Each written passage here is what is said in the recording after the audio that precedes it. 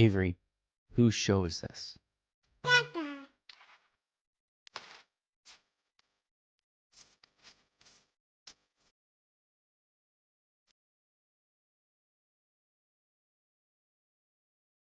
And we're live. Welcome everybody here to the Lakers Lounge podcast. I'm Anthony Irwin, senior Lakers insider for Clutch Points, joined on this fine Thursday night by Raj Chapalu of Silver Screen and Roll of Lakers Detailed. Today on the show, we're going to be talking about that game. It was a blowout. The Pacers took it to our Indiana Pacers, took it to the Oklahoma City Thunder. We'll talk about that game. We'll talk a little bit about Game 7, which it's on its way. I'm pretty excited about it. I can't lie. You made a good point in texting saying that this could have been the last game for a few months, and I would have missed NBA basketball. You got to be careful because if you say basketball, while other basketball is being played, people get real angry about that. But no, I would have missed NBA basketball had the season ended tonight. We will go ahead and also talk about, the sale of the Los Angeles Lakers and the continued fallout on that. I wrote about it today for Clutch Points on how the other 29 owners might feel about it. So we'll talk about that as well. Raj, I guess we should start with how you doing? How you holding up? Like honestly, like like normally that's like a dumb, just kind of casual way to start the show. But like, are you okay? Are you? I am good. I'm gonna put people behind the scenes a little bit because you texted me and I couldn't tell if you were trolling at first. You're like, yeah, I think I want to start the show during the game. So, wait, what? We could have. It was a blowout. Like we could have had this conversation like an hour or two ago. That is true. You didn't think it'd be the blowout in the other direction. In the way it went, but I'm excited. I'm so glad that we didn't do that. I am good. I was worried basketball would end tonight, and it's not. This series absolutely deserved 7 games, and we as a basketball fan club here, we get another game. So I'm super excited about it. I am good. I see the title of this is not anything to do with the finals, so I'm realizing that this is a Lakers show, Raj. I know. I just realized how little we're gonna be actually talking about the finals, but no, I'm so excited. I mean, like, we'll talk about it. There's some takeaways there, but the reason everybody is here is to hear us talk about that is true. The sale of their favorite basketball team. It's fairly big news. It's the one news that's bigger than the finals, because I've been preaching all this whole playoffs. Like, let's talk about the basketball. And today, Anthony, I forgot the game was today. It's just because of the sale yesterday and all the stuff the news went on. This was the one news. Desmond Bane, that's a nice trade. Cool. A couple first rounders went to a different coast. I think Memphis is West Coast, in the way that it's labeled. But in any case, the Lakers selling is bigger news than the NBA finals. The one news that dropped is definitely bigger. Yep. All right. So a quick reminder, please do hit that subscribe button. Please do hit that like button on your way in or on your way out. Like you might decide, hey, it's kind of late my time. I'll come and check back in tomorrow after the show has been fully recorded or streamed. Hit a like on your way out. And then when you watch it again tomorrow, don't unlike it. I would prefer. But yeah, those likes tend to go a long way. Subscriptions tend to go a long way. That really helps. If you guys are listening to this in the morning via podcast, please hit subscribe wherever it is that you get your pods, preferably on Odyssey because I am a company man. And yeah, let's go ahead and dive on in. This game tonight, Raj, was semi-close fairly early, and then Indiana kind of started to separate themselves from OKC. OKC has taken ugly losses like this. They got their asses kicked by the Memphis Grizzlies in the first round.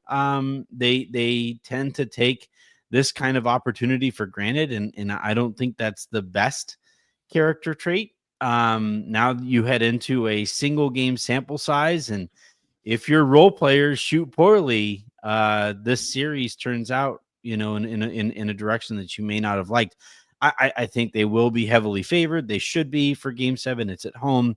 They are an overwhelming home team. But I have always kind of thought like a lot of people are trying to put them in this like all-time ranking and talk Sure. about how this is going to launch the dynasty and all of that stuff. I think they're a really, really good team. If they win a championship, they will be a rightful champ. I'll respect them for doing that, but they do not belong in the conversation with the Kevin Durant Warriors or the 96 Bulls or anything like that. This is a really good team that won a championship and got extended to 7 games by an also really good team in Indiana.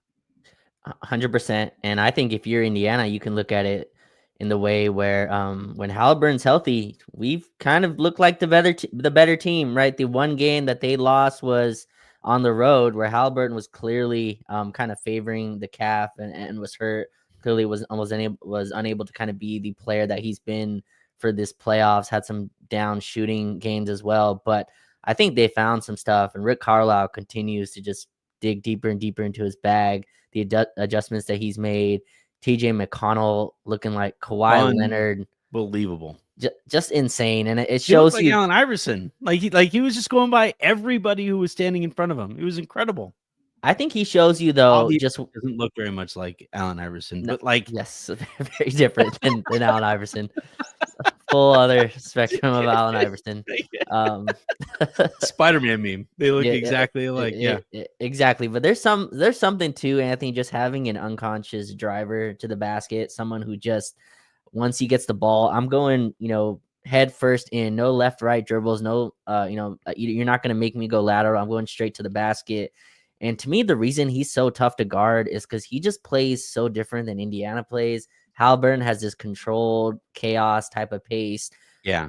And then TJ comes in, and it's not like they can't guard him. It's just a different type of defense that you need. But I think it's just incredible watching them, the way they were able to blow them out by 30. OKC throwing in the flag before the fourth started. I didn't like that either. Some bad, karma, or however you want to put it. Basketball gods watching here, like you just gave in the game with 12 minutes left. But OKC is going to have to find some stuff. They definitely have better shooting at home, but it's not like they have snipers that you just trust, right? Lou Dort has 2 different games of 5+ threes, and the other ones I think he struggled. And that ball either hits the roof and goes in, or it hits the roof and is an air ball. Yeah, it just falls all over. Alex Caruso, I think, had 0 points through 3 quarters in this one. Obviously, he'll pick it up at home. He's a better player than that, but it's not like they have crazy offensive players on that team. And Chet Holmgren, I thought, struggled. They found stuff in Miles Turner against him as well. But Indiana's tough, man. Anthony, I think this is the best road team that I've seen in a very long time. Indiana has zero fear going on the road, wins against Cleveland, obviously the Knicks, obviously in this series. It's going to be a fun Game 7. And I just hope it's close. Whoever wins. I know you have some hopes of who wins. But I just hope it's a really close and fun Game 7, because I think we've earned that. It's been a phenomenal series.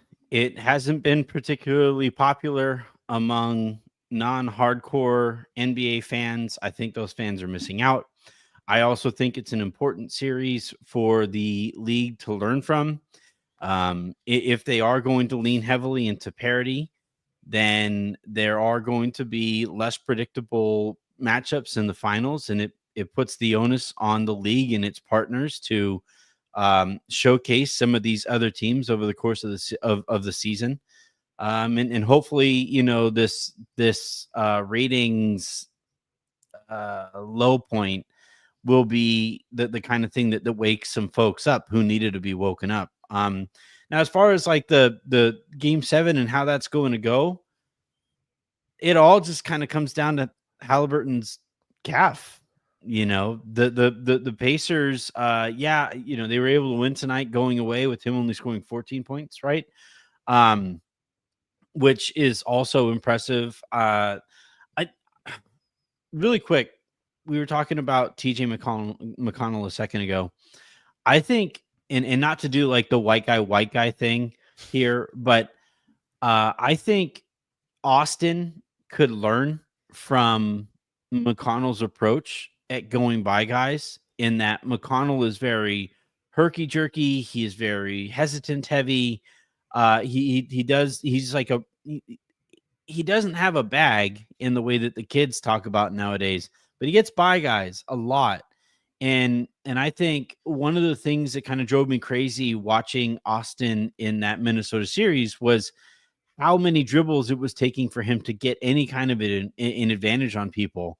And I think he's going to have to learn to succeed in tighter windows. And I think McConnell is a good example of what kinds of things he can do, especially with hesitation dribbles that can really throw defenders off their rhythm. Yeah, there's no hesitation, right? It's pretty much very quick, very decisive. Well, there McConnell's is not. hesitation, but it's like a hesitation dribble, I just like, yes, like yeah, you're right in that, like, he just goes, like, it right. is him going at 105% all the time. But his top weapon is this series of hesitation dribbles where he does the thing. Remember, there's a kid who I coached against.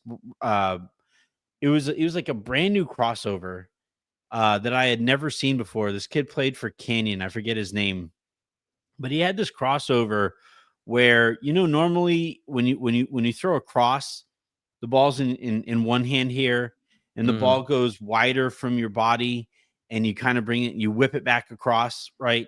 Well, this kid would do this thing where his crossover was, it would stay close to his hip. He would change hands, and when the ball actually left, got further apart from his body, it was actually a crossover into a hesitation dribble, and nobody could stay in front of him because nobody had ever seen that crossover before. It was the coolest thing I Yeah. had seen. I was the opposing team's coach, and after the game, I was like, bro, that crossover is incredible. Like, I don't even know where you learned it. I could just tell. I asked him, like, you have older brothers, right? And he goes, yeah. He's like, yeah, because that's the kind of thing that a younger brother does when they're not the athlete that their older brother is. It's Yeah. just, it was such a cool, but it's all those kinds of things with TJ McConnell. Yeah. It's constant hesitation. It's constant herky jerkiness. And he just gets by guys Yeah. through kind of sheer will. Well, these type of players, we kind of discredit the skill level that's involved in it, right? The Yeah. ability to go as fast as he does, but stay in control. Like, I'm sure everyone would like to go 105 miles per hour. There's no advantage to really, there's no like an inherent advantage to being slower, right? So TJ is going full speed, but he's also in control, Anthony. And this one dribble pull up, like how difficult it is to be going full speed, be turning your body. And it's different when it's Kawhi because he's 6'8", right? Or whatever. Yeah. Like TJ's 6'1", maybe 6'2", whatever it is, and he's Yeah. taking No, fadeaways he's my over. height. Yeah, and he doesn't really have a jump shot where you're so afraid of it, but it's so good, and he's so fast that they're having to switch their ball screens, and it's like him and Hartenstein, and Hartenstein's like, I gotta stay up on this dude, and he's just running him all over. Nash dribbling into the paint, every fadeaway is somehow going. That's the danger of a game 7, by the way. Not just TJ, but anyone could just feel it and get hot and just have a really great game. And TJ's had 2 straight. It's been cool watching him. And again, I think I love when these type of players that are not 100% fit into the modern game, right? You're like, TJ McConnell, does he have a role in the league? And it's like, yes, like that dude. Oh man, I've loved him every time I've seen him play against the Lakers. Every single time. He just him and D'Lo used to have these wars, right? I think in summer league and even in the league, D'Lo had the game winner over him. TJ having spit coming out of his mouth with the layup that he was winning in summer league. But yeah, it's cool to watch him kind of thrive in this system. And he has his, like, you were comparing him to Austin. And what's interesting is TJ like doesn't really have anyone he has to share the ball with. Like when he's in the game, Rick Carlisle is not like. He's not like, TJ, you got to find ways to work or off the ball. Rick Carlisle's like, no, here's the freaking basketball, and you run the show. Yeah, you get to do what you want. And he gets into a rhythm very quickly that way. So they have their hands full. And I think this is going to be a really fun game 7. I think Rick Carlisle has made a pretty inarguable case as a top 5, top like 5 to 10 coach of all time. Yeah. When you consider the teams that he went through and the championship that he won with Dirk, you consider the teams that he's gone through to get to this one, and team that he could potentially beat. And the way that he has done it, um, he's a pretty damn good coach. And that I told Jen it's kind of tough when we're watching because I'm on my phone, especially today. Like my phone is just my phone's the Jimmy Butler meme. Like it's just my phone is so tired from all of the texts and calls and all the shit. Um, but I'm tweeting and I'm texting and all this stuff and emails and all this nonsense. But I do try to stop every so often just to kind of like watch the game with Jen. And one of the things that I tell her is like, this might be my favorite non-Lakers team of all time because their basketball is so beautiful. It's this beautiful chaos. I don't know. You don't really like non-basketball things, but there's this restaurant in Chicago called Alinea, and the chef for it is this. I forget the guy's name. Somebody in the comments, if you get this right, if you can name the chef here, I will be thoroughly impressed. Give me your @ and I'll subscribe. I'll follow you on Twitter. But there's the head chef at Alinea in Chicago has this dish where they put out this white tablecloth on this, it's pristine, all this stuff, and they just throw everything directly onto the table. It's this chaos dish that involves the entirety of the table. And it really reminds me of what Indiana does offensively because it involves the entirety of the court. It's complete chaos that only they control. And you could watch OKC over the course of these possessions just be like, I don't know. Oh my God, Kawhi, look at that. Grant Ashatz, look at that. Well done. That's That incredible. I'm so insane. proud. I'm so proud right now of this audience. But yeah, it's Grant Ashatz is this guy, and he's constantly pushing the boundaries on what you can do. But he has this meal that I'm serious. Google it sometime, Raj. Okay, where I will. it's this thing where he just throws out everything out there. They take a literal hammer to these like balls that have further ingredients in it too, and it just becomes this beautiful portrait that you also get to eat. And it's exactly what I envision. It's a perfect, I think, comparison for what we watch from the Indiana Pacers.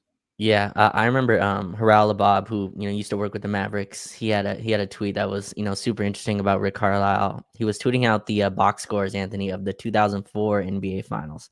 Okay, where Rick Carlisle is coaching, obviously against the Lakers, 2004 Pistons, and that's like 67 to like 75, 75 to 80 box scores, right? Just these really low scoring games. And then you watch 2011, which is a separate era of basketball of itself, right? Different game. And then you have today with the 3-point revolution. And this is a coach that's been in the finals through all that, right? That's been a winner through all this. And that's just so impressive to me. You could tell he's continued to adapt and to learn, right? There's a phrase, either you adapt or you die. And I think there's a lot of coaches that have just decided to die or are in the process of dying, and just on the basketball, in the basketball side, of course, just in the process of, not adapting to the modern NBA. But Rick Carlisle, man, has a point guard in Tyrese Halliburton, which he 100% understood the story of him and how to make him work, right? There were a lot of questions on Halliburton coming in, like before this season, or at least before last season, where they made their run, in terms of, is he a star? Is he a type of player you build around? And Carlisle has just found the perfect combination and stuff that works, has put Siakam in a perfect position, Nemhard, the stuff they're getting out of even Thomas Bryant and Tony, who's the backup big man that played today? I'm forgetting his last name. Bradley. Tony Bradley. Yeah, even him, he comes in and knows his role. All the adjustments are really fun. Rick Carlisle's a really, I didn't really know this about him, that it wasn't really sold in his Dallas tenure, but he's a really fun X's and O's guy, and has a lot of really cool adjustments that have really hit the spotlight with this Pacers team. But no, he's an amazing coach. I don't know how to rank him. I think he should get a little bit more credit for the eras that he's not dominated, but has had success in. in each of these like past 3 or 4 eras, he's taken a team to the finals and won championships with him. So we'll see how that turns out this year. But they have a chance, and a lot of it is because of him and obviously Halburn and that whole team. But he found a perfect system that they all really buy into, and that's the whole point of a coach. And Indiana's playing really well, so OKC will be favored. I agree with you, but man, this feels like Team of Destiny type stuff. Feels like 2011 Mavericks type stuff. And we could see it, on Sunday for Game 7. I hope you're right. Let's move on to the Lakers. And to take you guys behind the curtain a little bit, I can't give too many details away on this, but I had put in the Slack, Raj, right? I think there's some Lakers news coming. That was probably what, 20, 30 minutes before. It was like, around 30 minutes before. Yeah. I love don't the know screenshot that Sabrina got. Just It's- absolutely, absolutely perfect. Just but I put in the Lakers Slack. Here, I'll put it. I found it. So let's see if I can grab it really quick and put it up on our here's the overlay screenshot. So it is, where is it? Come on. I have way too many screenshots. There it is. All right. So I get it. I get a text, Lakers news incoming, and I'm like, thanks. So I start going crazy trying to ask anybody for anything. Here's what it was at 1:27. I think my time. Something Lakers related is about to happen. I just don't know what. A lot of Utah smoke. Me, I don't think it's a trade. About 20 minutes go by. You. Oh my God. perfect. No notes. Just what I love about this though is, so I refuse to put like notifications on for Twitter. So like really Slack is the only thing I have notifications on. So the is how I found out, because I saw the I was like, all right, let me go check. And I was like, oh wow. Okay. Yeah, that's amazing news. So that I want to put the audience in a room with you as you find this out. Because full disclosure, as I talked about in yesterday's episode, this was something that I kind of sort of, I've talked about it on the show a lot about this specific kind of potential outcome where, maybe, just maybe, the Lakers would be sold, or just enough of the Lakers would be sold so that Guggenheim would be the majority owners. So it's not to say that I wasn't shocked, but I had some time to kind of prep for the potential news. Where were you at as this news was dropping? So I think we've had more of this conversation offline than on, but I've kind of relayed to you. I never thought that this sale was ever going to happen. I was just pretty steadfast that Jeanie would own the team for most of, I think, my lifetime, or whatever, however long, as much as the Buss family could. And I never thought, Anthony, after the Luka Doncic goose egg that has landed in LA, you can question how it got here, but it's here. The Luka Doncic goose egg is definitely here. I never thought that was the time that they cash in. I did not think you could put a price on being the Lakers owner. I guess you can. 10 billion is definitely a price you can name for that. But no, I was shocked, absolutely shocked. I did not think this would happen. I'm obviously not as close in the Dodgers information in terms of who Mark Walters is and what he's done with that organization. But obviously, just being in Los Angeles and just being around, Dodgers fans and people who cover them, you see people who speak very highly of them, not just from a superstar standpoint of getting Shohei Ohtani, but from the bottom ground level, with their pitching and stuff that you hear. But this is incredible, monumental day in Los Angeles. And when I read that, I was absolutely shocked, which I think the rest of the NBA was as well. Never thought that that's what you were talking about when you said something's going to happen. I assume, to be clear, I didn't either. I had just heard something was coming, Yeah. and I can't go into any further detail beyond that, but I'd heard something was coming, and started asking around like crazy.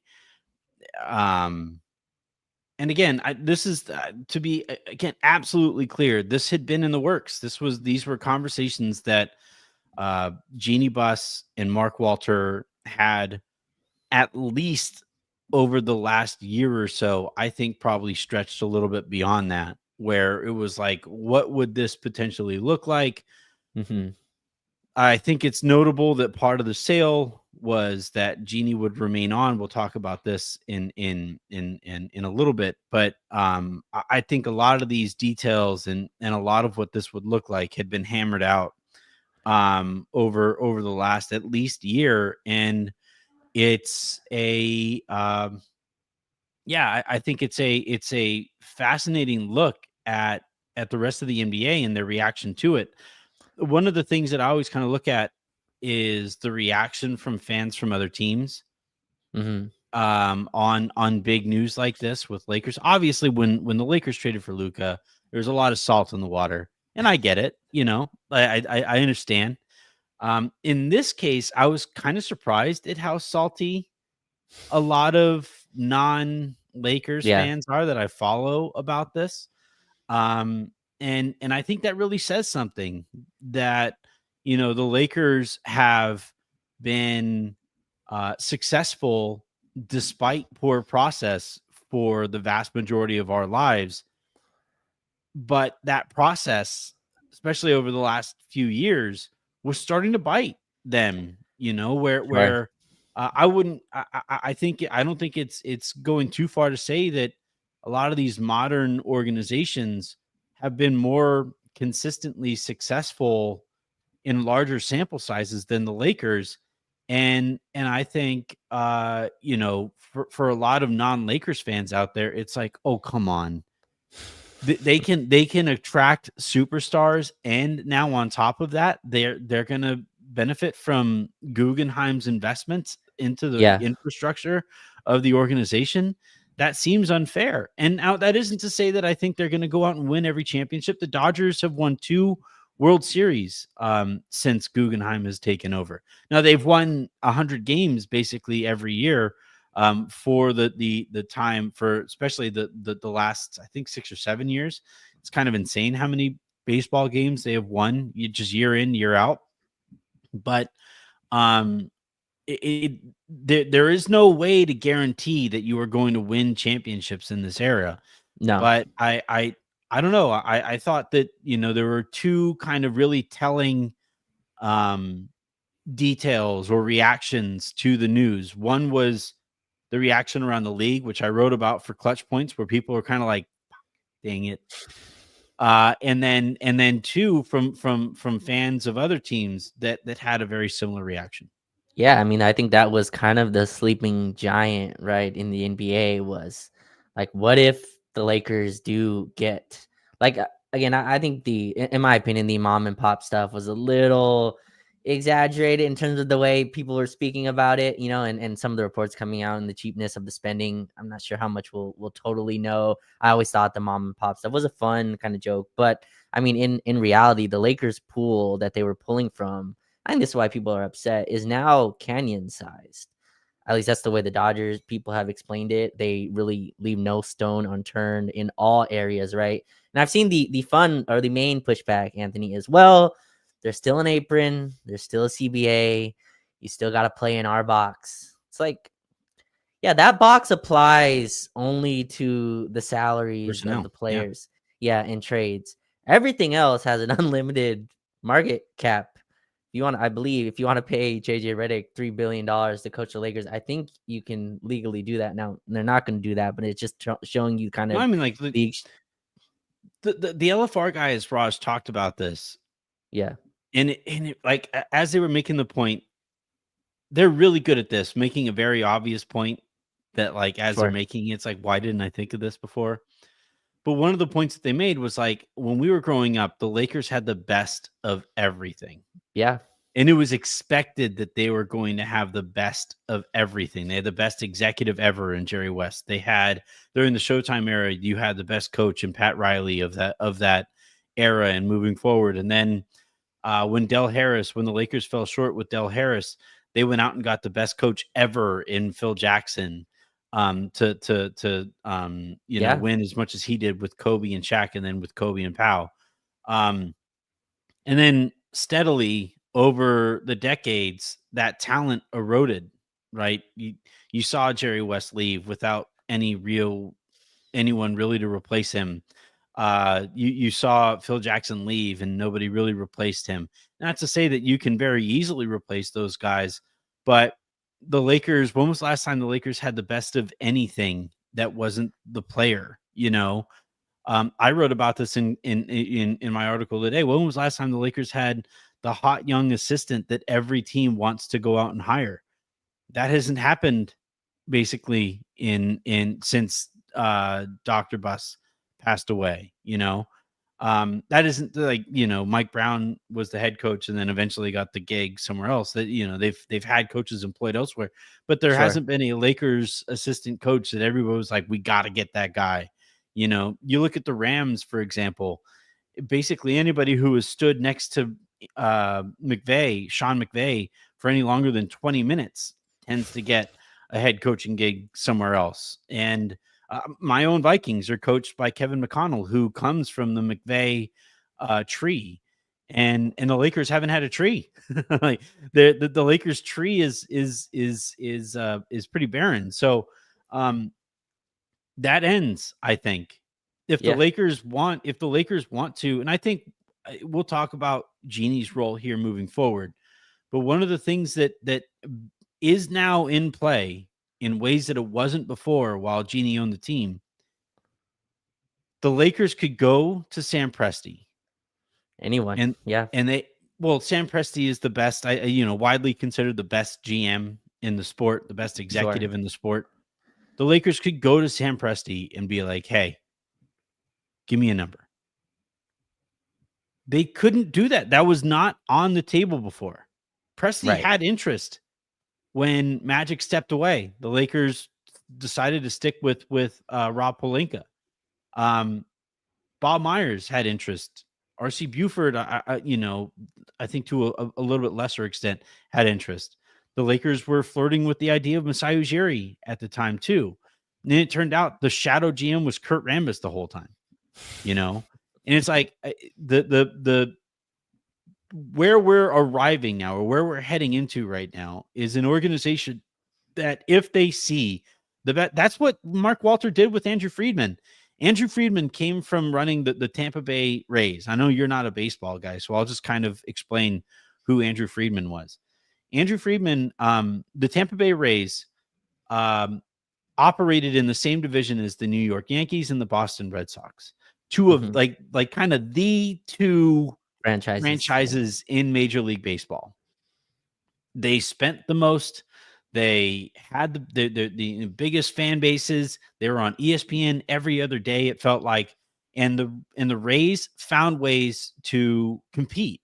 And what Mark Walter basically did when he took over was like, all right, I'm going to go get Stan Kasten, who had a lengthy resume in baseball onto his own. But he also went out and got Andrew Friedman and basically said, hey, we're going to devote as many resources to the little things, to the margins, as a small market franchise would do. But we're also going to be able to swing the big stick that a big market franchise can do. They went out and got Shohei Ohtani. They traded for Mookie Betts and then signed him to a 12-year contract. Eric Steven and I are going to talk about this tomorrow in a Friday episode of The Lounge. You guys aren't going to want to miss that. But Andrew Friedman was considered one of, if not the brightest minds in the sport when the Dodgers went out and got him. And I think eventually, after they supply Rob Pelinka with every tool that can be afforded to him, if things don't work out, the Dodgers or the Lakers are going to go out and get the best and brightest minds plural, Mhm. to run the organization. And that's something that we as Lakers fans haven't experienced since Jerry West stepped away. Yeah, and I think success breeds, comfortability, right? And so I'm not saying the Lakers, didn't try their best, but there was definitely some, familiarity that comes with all the success that you have. You could see how, the coaches are all former or they have some Laker ties, right? The people all in the front office have been there for a while. And I think, first of all, I think Jeanie deserves some credit at least for obviously the 10 billion whatever evaluation is a nice consolation prize, but it does take something to understand like, hey, I can't run it the way that it needs to be run and to have the sale. But yeah, I was thinking about Anthony, how, when they wanted the best coach, they're like, no, we're not going to mess around. Where's Phil Jackson? Like we're going to go get him. Yeah. Right. And that's, I think, the power of what they can do now. Right. And they can go out to any single person and go, here's a blank check at your door, sign it with whatever zeros you want. You mentioned Bob Myers. That feels like someone that, would probably be interested again. And I think with the market, you have, people are like, oh, the weather and all that, which is definitely a part of it. But I think the Clippers has even shown Steve Ballmer, in terms of like the Clippers when I was growing up was a joke, right? Joke. In terms of the way they were run. And Absolute joke. Yeah. and I think Ballmer has shown what good ambition and unlimited funds does for a good market, right? And that's just the Clippers, by the way. Like they've been run very well, intelligent people in the front office, stuff that I would assume would happen here as well. That's 1,000x for the Lakers brand. Like you put that next to the Lakers brand, and I think that's why people are freaking out. The margins were already like at a point where they didn't need to be like the Lakers like didn't need the best of the best to be somewhat successful, right? That's just the Yeah. way that the brand has been. But if everything else catches up, that's I think where it gets scary for other teams, because that was their advantage, really, right? You're not going to compete with the Laker brand. There's just too much time and history into that, and people kind of throw away the work that's taken to build that brand. But in any case, the margin that they had to beat the Lakers with was money, was funding, was all this stuff, and now you can't. There's a bank behind the Lakers that is Grand Canyon sized. 364 billion in holdings Guggenheim has.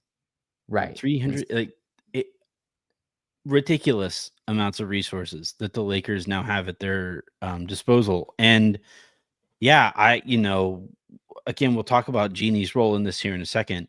I do want to take a quick second because I noticed this, Raj, and it needs to be said that like I'm sure you noticed this, but sale goes through, everybody's singing hallelujah. Sure. And that had to be tough for Jeanie to watch. And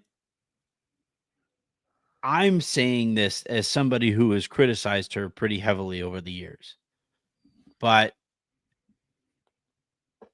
I think that Jeanie deserves credit for managing the Lakers in the way that she could, given her limited resources, as those resources kind of dwindled in comparison to the tech money that arrived into the league. Do I think she had blind spots? Absolutely. Was I frustrated with the nepotism and cronyism that ran rampantly through the organization? Absolutely. I want the Ramby gone yesterday. But um but like I think people have gotten a little too reckless with the way that they have talked about Jeanie. She won a championship. She saved us from the Jim Buss fucking debacle. She clearly cared and still cares about the Lakers and the organization standing within the fan base and the way that the fan base feels about the organization. Um, even while I'm really excited about the Lakers having these kinds of resources again, I think she deserves, without Jeanie going out and getting Magic, going out and bringing in Rob, maybe LeBron doesn't sign up. Chance he does, chance he doesn't, whatever, but she did. She was at the helm when that happened. She was at the helm when they got Anthony Davis. She was at the helm when they won that championship that I still say is going to go down as one of the most special championships to me. Remember how dark a time we were living in, Yeah. not just with COVID, but Kobe had died. Like it was, it was that moment that is going to sit there in my heart forever here moving forward. And even while, again, I'm really excited about what this might mean here moving forward, because of the additional resources they get to work with. I, I am truly, truly thankful for Jeanie for the best moments that she brought to us while she was here, and also really thankful to Jeanie that she sold at the time that she did, because Yeah. she could have continued to hold on and it could have continued to slide, as it felt like it might. And I'm thankful for the fact that she is humble enough to Yeah. take a step back and do what is actually best for the team here. 100%. I think sports imitates life a lot of ways, and like I can't blame her for like, hey, let my brother try and run the team. Didn't work, right? And she took control back over it. And you got to think about it, Anthony. She gave who she believed her dad trusted the most in basketball, her brother, as Her their dad brother. specifically asked Jim to get an opportunity he wanted to run. He Right. wanted Jim to succeed, and Jim He wasn't was equipped to do it. No, He wasn't good 100%, enough. but Yeah. not just Jim Buss, like Magic Johnson was the guy that she looked at as, Yeah. okay, he's gonna help me, right? My dad passed. I'm new to the ownership part of this. Let me get someone in, and she's been very clear.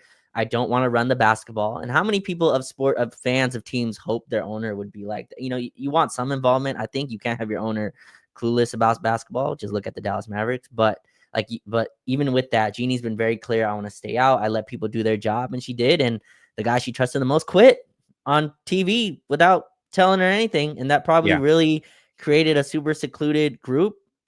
People are upset at the trust that she has in Rob, and I totally get that. I think you can also look at it from a point that's the only person that's been there through the flames, and Yeah. and won and came out of it and won. And so it's just a super trusted individual. And Totally. my final thing on this, like I never questioned Jeannie's intentions. Like I thought they were all pretty pure in wanting the Lakers to be good, to be great, and upheld a brand. And I think she did that. She got LeBron James to choose here of Mhm. his own admission. There was And no continue trade. to choose here. Right, continue to re-sign, give long-term deals, something that he has not done in any of the other stops. Anthony Davis was also attracted here. You can connect that to LeBron, able to go get Luka Doncic, which is obviously a separate thing. But I think she did her part within that, and I think that's why this. And we'll get into obviously her staying on, but I think just her staying out of the basketball allows her to continue to kind of stay in this front-facing position for how long we'll see. But yeah, I'm also very thankful. Jeannie helped the transition here, and that's always tough, right? When the main owner transfers power over to the siblings, it usually doesn't go well. It usually does fall off the cliff in some way, and I think she's held it up just enough to transfer it over to someone who can kind of right the ship a little better. But Jeannie, I think Jeannie deserves a lot more credit. I think we speak way too freely online to people who we will never meet or who we think don't see it, and they see way more than you think they do. But I think the way that some people are just very freely speaking is wrong as well. But yeah, Jeannie deserves a I think lot a of lot of credit. that too has to do with the fact that she's a woman, and Sure. the fact that she entrusts a woman in Linda Ramis the way that she does. I think there's a lot of that stuff going on too, but and it needs to be called out. That's I know it's me saying that probably isn't going to be the most popular thing that I say, but it needs to be called out when we see it. And again, the maturity to take a step back. And now look, taking that step back probably made her about $1 billion. So she deserves that money, and good on her for again continuing to turn the Lakers, or maintain that brand in a way that somebody like Mark Walter would want to step in and buy it for the price that he did. Now let's talk about her role moving forward. There's a ton of reporting that came out. Ramona Shelburne has made sure to send out no less than 73 tweets about this. Here's my thing. First and foremost, I don't think somebody spends $10 billion to let somebody else run an organization. I just ordered that bucket golf thing. It costs about $200. It's this thing that you put. I have a decently sized backyard, and I'll get to be able to put at least 9 holes of like pitch and putt golf into my Like mini backyard. golf kind of thing? Kinda. It's like literal buckets that you chip into or Okay. and stuff like that. It's a fun little game. I spent $200 on it, Raj. I'm going first.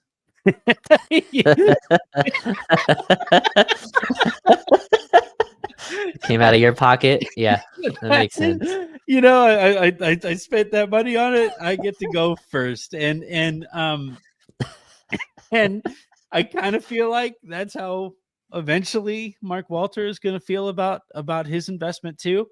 Yeah. Now, I will say, I'm wearing a Dodgers hat right now, and I do remember when Mark Walter took over the Dodgers in the first place, where Ned Colletti was the GM of the team at the time, and the manager of the baseball team was Don Mattingly.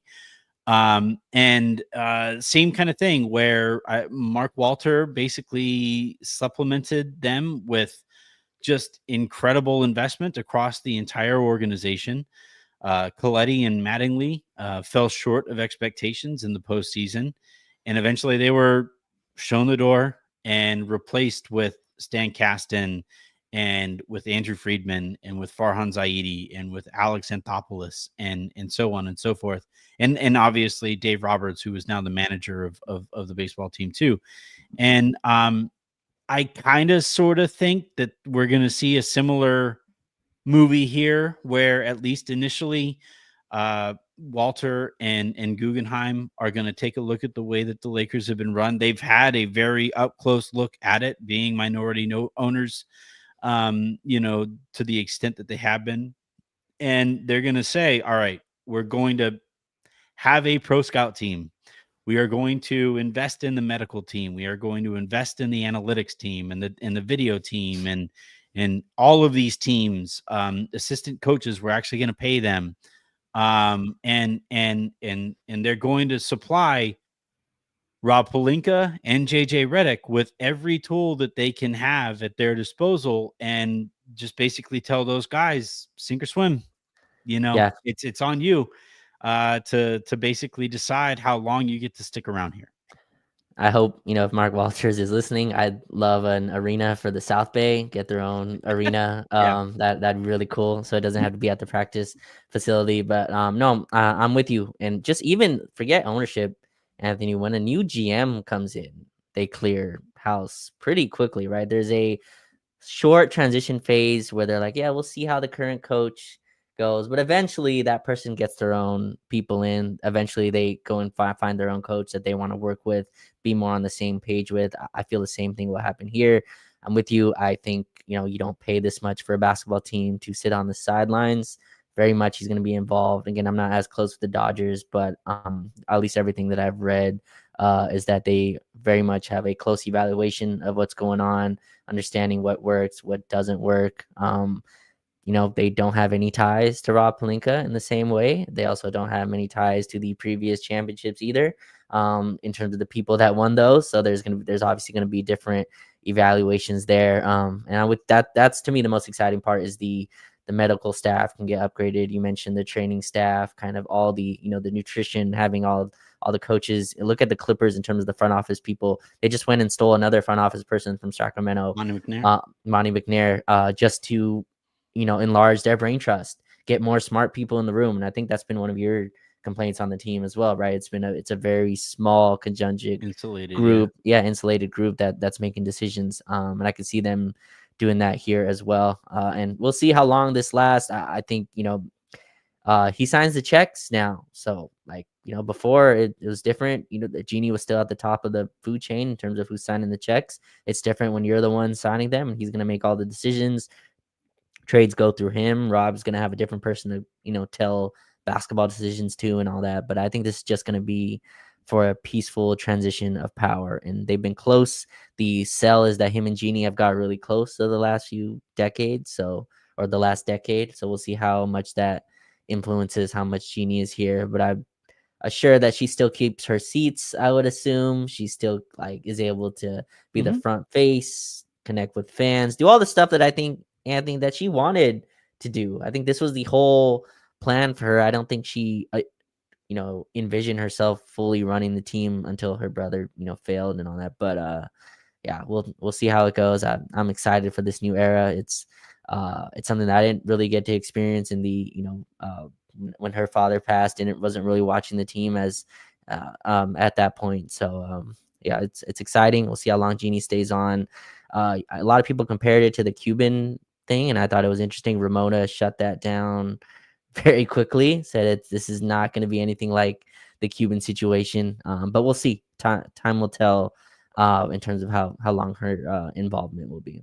Well, I think the comparison to make is probably with Grusbeck and his selling the Boston Celtics and Hmm. then, remaining on. Look, here's the thing, Raj. I tweeted about this and I'll explain it again here too. What is your most prized possession at home?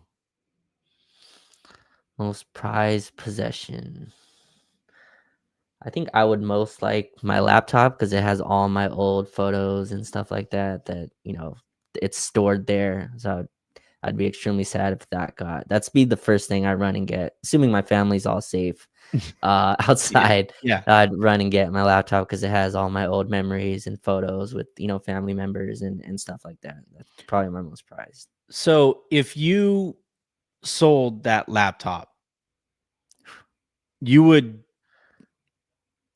download the pictures, right? Yes.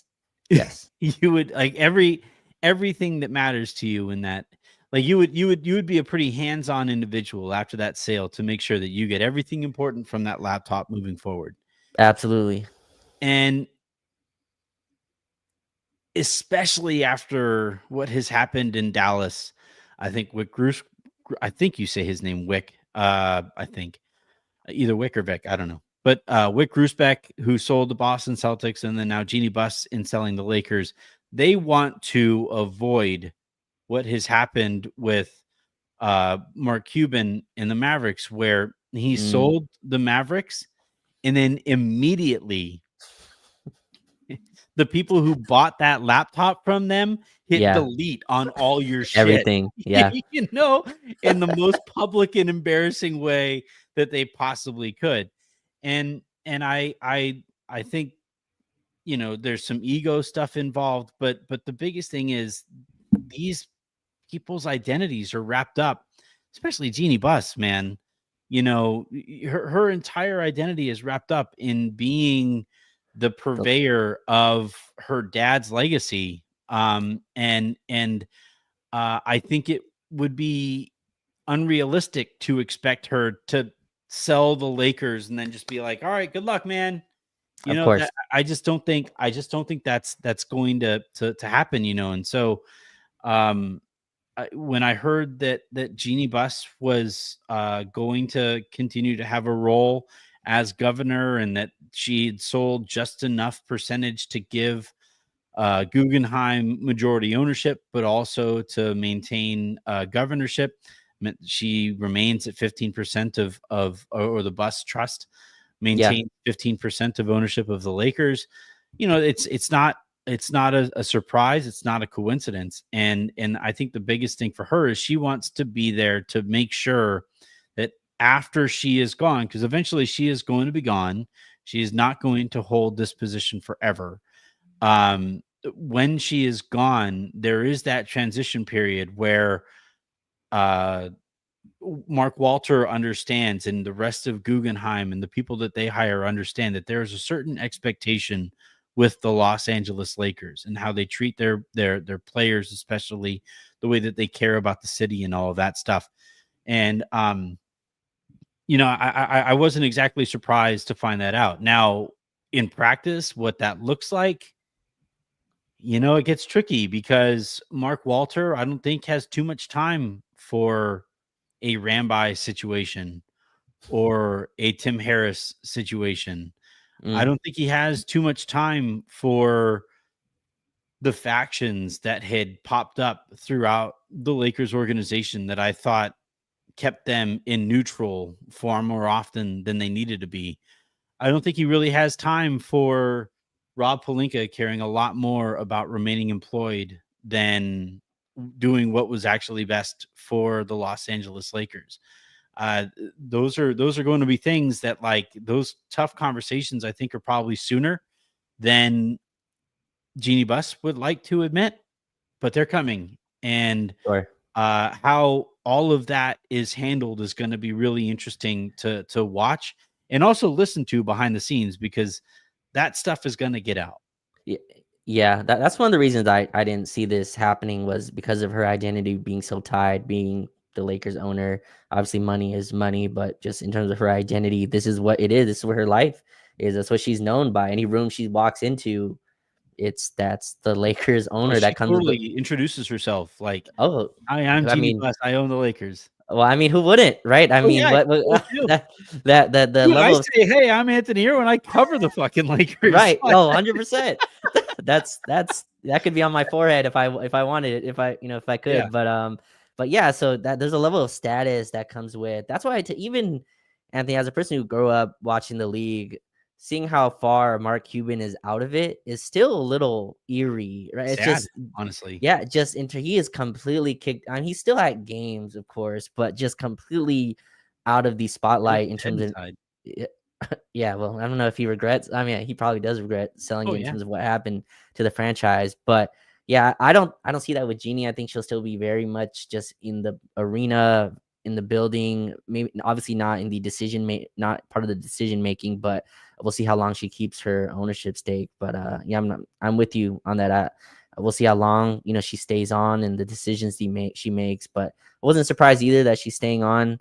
But these things, like, unless you have it in writing, and I guess it is saying that they have it in writing, you probably do get phased out pretty quickly. Even with the relationship we had, we don't really know how these things work out without time. But it looks like they have a good relationship. Magic Johnson kind of wins in the end, right? I mean, the ownership stake that the owner that he's whispering sweet nothings to is now also the boss of Rob Pelinka, which that's a very strange like love triangle that's going on here. Because I do not. I think Magic had one nice tweet about Rob, but I really just inside doubt that all those things he said on that morning in 2019 are just completely forgotten. um, that's an insane audio that he came out with. So we'll see how quickly they move. But to your point, they've had a front row seat for a very long time. They've seen how the machines work, and now they can decide how long they want to keep that machine going. It's just, again, I'm basing this off of what I've seen from the Dodgers, and I just cannot imagine a Ramby equivalent in the Dodgers organization. That just doesn't exist. Where everybody there, it is fully merit based. It is fully, we go out and we hire the best people. We hire as many of the best people as we possibly can. We get those people in a room and we have conversations about baseball that lead to some of the biggest decisions in the sport. And it has led to this organization that, again, has won like 700 baseball games in the last 7 years. I'm telling you, like, look up what the Dodgers have done in these larger sample sizes. Baseball playoffs are so unpredictable, but they've still won 2 World Series during their time. It's 2 in the last 5 years. Again, if you guys want more information on this, I hope you guys tune into tomorrow's episode with Eric Steven, where he talks more uh thoroughly about what it's been like to watch a Guggenheim organization up close. But I just, I find myself wondering if they even would have drafted Bronny if Guggenheim was running the Lakers at the time that they did. Yeah. Um, I think Bronny will be fine. I think he'll be a fine basketball player, all of that stuff. I'm saying that every decision that Guggenheim makes has to have basketball merit involved. And I just don't see that. Now, look, if Linda Rambis, like, I think the compromise that we'll eventually see Linda Ramos's position with the Lakers currently is like head of special projects, I believe. She'll continue on in that capacity, but she will have no input whatsoever on basketball decisions. And I think that's probably something that Jeanie Buss, because she is a great friend, she's an extremely loyal person. It's one of those things that everybody says about her. I would imagine she looked out for her close personal friends here in Sure. this situation. And she's going to make sure everybody is taken care of. Harrison was the one who floated the idea that Rob Pelinka's extension came with this potential sale in mind. I think that's a brilliant theory that I'm pissed I didn't come up with. But yeah, I think it's going to be fascinating, and it's exciting. It's a little scary for I would imagine some. But overall, it's this thing that we're going to keep on coming back to uh Yeah. watch how this thing evolves over the course of their ownership.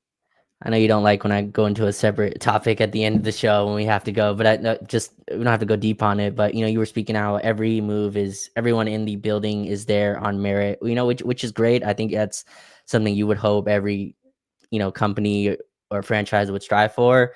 The longer you're an adult, the longer you understand that's not how the world works. It's not how life works. It's not how anything works, right? There's a connection, a human connection, and that person usually gets a shot. And I think the point isn't that, that obviously you would like everything to be based on merit, but you can get the opportunity, but you have to be good at what you do Yeah. as well, right? And I think that's what it is. I'm sure if you go through the Dodger organization, there's someone there because Oh they yeah, knew this totally. person, right? So like that, all that's going to happen. The point is, do you continue to keep that person after they've shown that they are not, able to Or produce in does the that way you person continue to have any real responsibility? Because right? like one of my favorite cliches about movie making nowadays is it's a lot easier to hide some fat in a $250 million movie budget than Mhm. in a $15 million movie Sure. budget. And that's why so many of these movies and TV shows have become as expensive as they've become.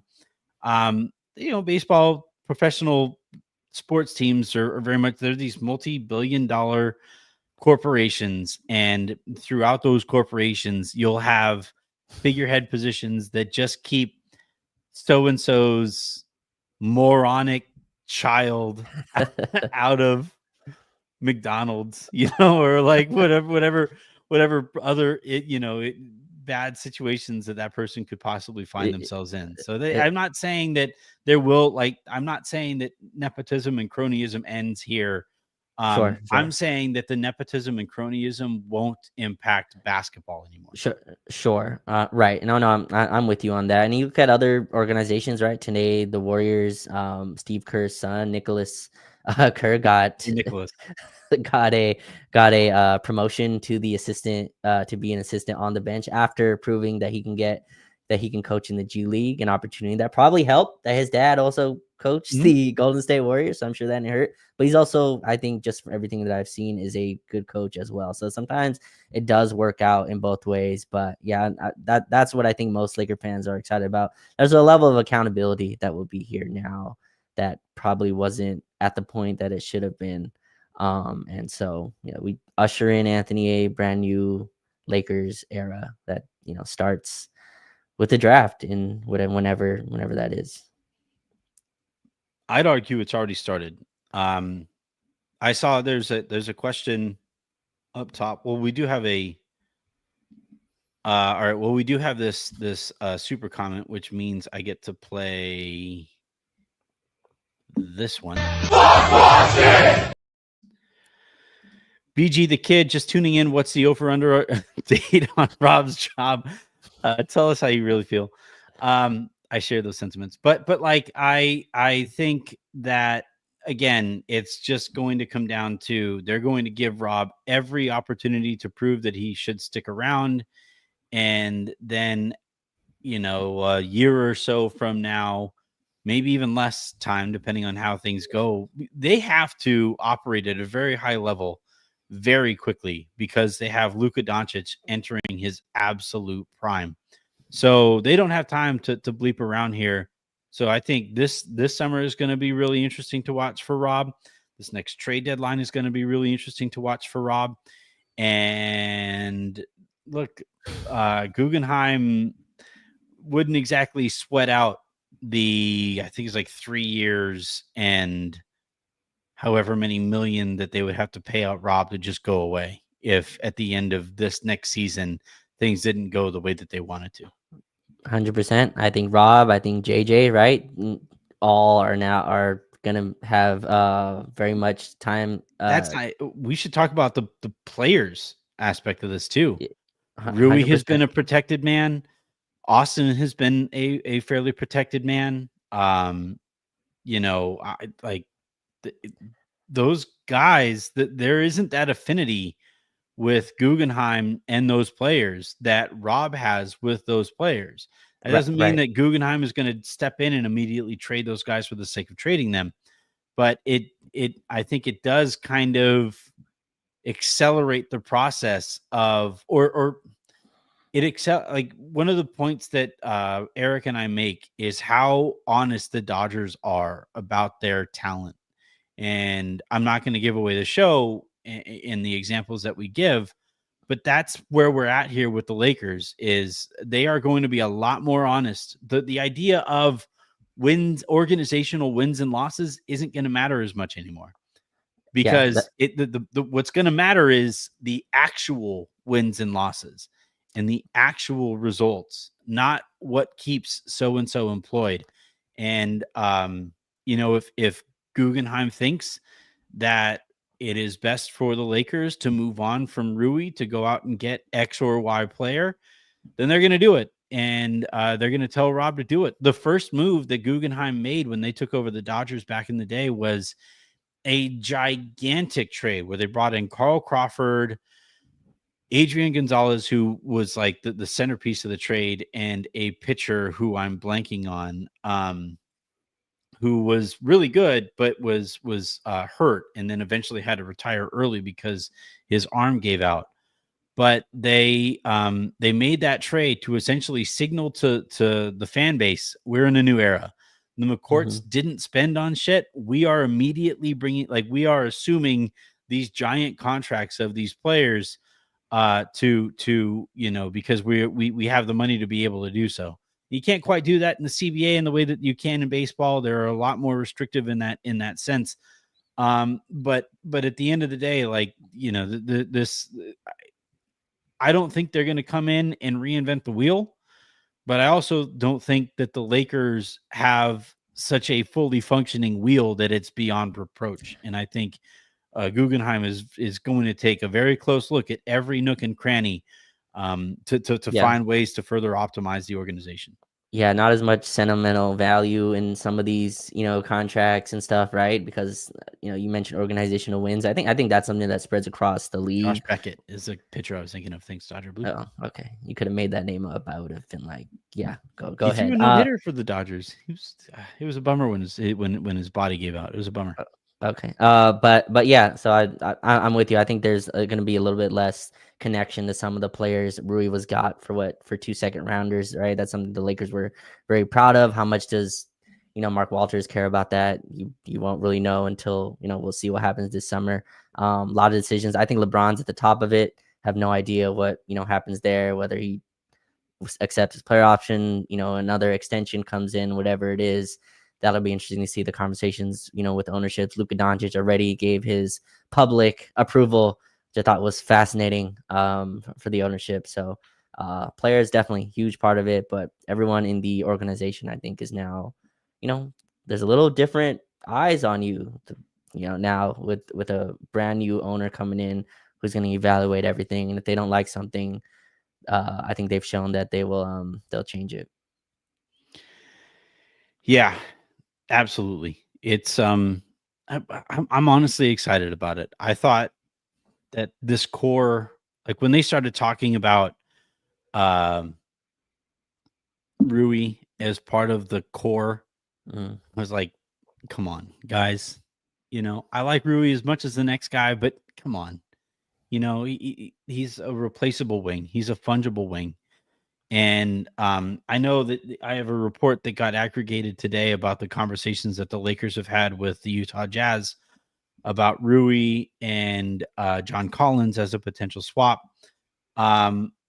Personally, I would make that swap. I think Collins is better than Rui. I think Collins makes more money, which obviously is a factor here. But I just tend to think that the whole notion of Austin as a pillar of the franchise, that's probably gone. The only pillar that matters now is Luka, and they're going to be solely focused on maximizing the opportunity that they have ahead of them with him and LeBron on the team, given the way that LeBron is still playing.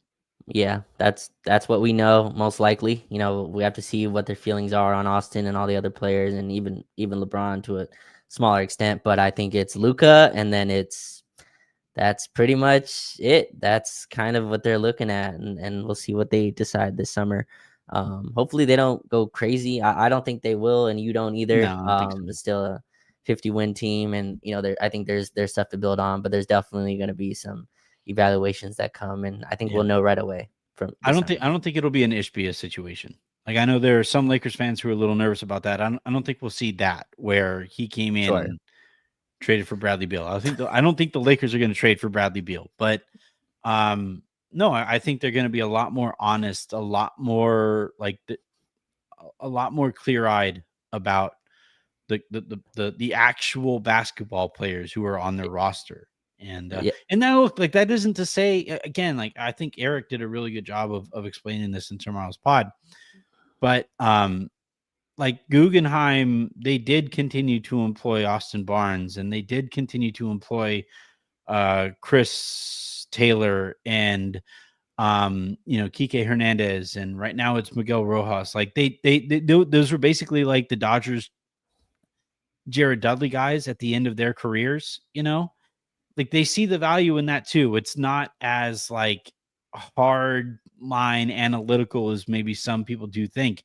The locker room and chemistry and all that stuff does matter to Guggenheim, but at the end of the day too, you have to be productive in the locker room, and the way that they balance all of this stuff out as they get used to apron world, as Rob Pelinka talks about it, it's going to be I can't wait. I can't wait to watch how this all plays out. My favorite thing is, I don't know if you mentioned Ishbia, and Ishbia this summer went, I actually need to be more involved. Moron. Just a complete just utter buffoon. Like, I wasn't involved enough. I gave the GM too much responsibility. I got to get everybody back says James Jones is one of the better executives across the league, and Ishbia is like, that guy sucks. Get him out of here. I need somebody from Michigan State. All right, Raj, this has been a lot of fun. Anything that you want to plug before we get you out of here? Yeah, I had we're doing some centers this week, so I had DeAndre Ayton, Phil and Peace go up today, Brooke Lopez yesterday, have another one go up tomorrow. So we're going right into the summer. A lot of free agent stuff to look at, a lot of trades that we'll be examining, and obviously this dominates all of it. The Lakers' new ownership and who will be paying them is right at the top of it. Ayton feels like a Guggenheim move. I'm more after I think Ayton is one of those guys where you watch him and you go, like, I almost felt like the Suns front office, while like there's Luka and this slow dude, and it's like, but that guy could jump, dunk, mid-range jump shot, kind of buy in. Then you have to like remind yourself it's DeAndre Ayton, but his film is incredible. Well, the reason I say it is because the Dodgers really like pitchers with dominating stuff.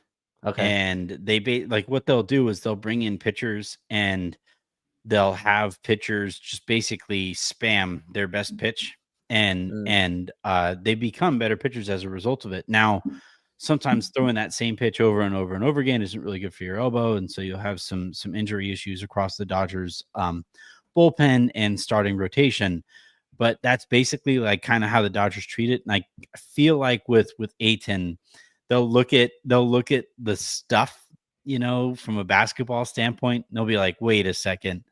So there's a 7-footer out there who can get his shoulders at the rim and can knock down a mid-range jumper.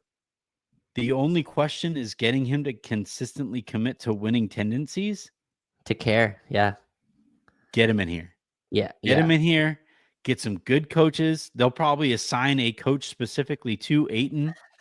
I'm not kidding. They'll probably bring in Dwight, and Dwight will be somebody that they bring in, and they basically say like, "Hey, man, just talk to Ayton and yeah, coach him through this, and get him to focus on these things that make him a winning basketball player more consistently." yeah. And And you I can think you. probably get Ayton without moving the 31 or 32 first rounder. You could Oh, probably get yeah, him for expiring contracts and maybe like Dalton or Rui or something like that. And now all of a sudden you have somebody who is specifically in Luka's draft class. He is on Luka's timeline. Incredibly talented player. For all of the motor questions, he's averaged a double-double over the course of his career. yeah. I think that's that again, this isn't I I hope this doesn't get aggregated. I'm saying that feels like a Guggenheim move. Completely speculating there, but that feels like a Guggenheim move. He's clearly the most talented big man on the market. You can, questions about the motor and all that stuff. Just from a pure talent standpoint, there's no one more talented than him. I'd argue on both ends. This is a little cynical, Anthony, but he's also going into a contract year, so the Yes. motivation will be a little Oh bit my God, better. dude! How often have we talked about the role that incentive plays in my belief in guys and my investment into guys? Like that's Yeah, always yeah, there's the mentioning here, Dark Galaxy, on the fact that he shares an agent with Luka yeah. Doncic. They're That supposedly matters too. friends. Like I I'm look, I'll tell you what, I'll tell you guys what. It's the name that I'm going to spend the most time digging on over the course of the weekend. I'm Okay. gonna try to figure out like what his price would be, how those talks would go. We know that Rob Pelinka and Joe Cronin talk a lot. In they love negotiating against each other. Now they never make any deals because they're both stubborn is is all hell. But they negotiate constantly. They're constantly talking. When I was walking the halls there in Vegas last year, it was Rob and Joe who I bumped into most frequently. Saw them, talking a ton through the hallways there, and Thomas and Mac and stuff. So, yeah, I just wink. Yeah, there's health concerns. Played 40 games last year, right? So, but you never know how much was that, Portland Tank and all gang, that stuff. So, yeah. Klingon. So, but very talented big man. Have a piece, film breakdown on him. Lot more athletic than I think people think and gets credit for. He averaged more offensive rebounds than Anthony Davis did last season. He's one of the best, offensive rebounders in the league. There's a lot of stuff that he does that goes down because I think the reputation was absolutely murdered in Phoenix. And then the Yeah. first year in Portland, he did not want to be there. So, but he looked happier in his second season. Yeah. All right. That is going to do it here for this episode of the Lakers Lounge podcast. Excuse me. A reminder, please do check out the episode that will drop tomorrow. I'm thinking like late morning is when I'll probably drop it. My conversation with Eric Steven, who covers the Dodgers for True Blue LA, one of my absolute favorite people in sports coverage. I hope you guys enjoy that conversation. And then, look, we are heading into, game 7 is on Sunday. That means the offseason officially begins on Monday. It is draft week. We are, by the time you guys are listening to this in podcast form, a week away from the first episode of the Great Western Forum, which we are really excited to be able to drop on this RSS feed and Yovan's RSS feed. That'll be really good for you guys to check out as well. We are in the thick of it now. We are, I think this Dodgers or this Lakers sale, I think signaled a lot of things. And one of them is that, we are now in fast forward in terms of how quickly news is going to be coming in. So you're going to want to hit that subscribe button, and you're going to want to turn on your notifications for the pod too, as well, for those emergency and breaking type pods. And until the next time you guys hear from us, I'm Anthony Irwin. That was Raj Palu. This has been the Lakers Lounge. Have a great rest of your day. Make somebody else's, and we will talk to you a little bit later.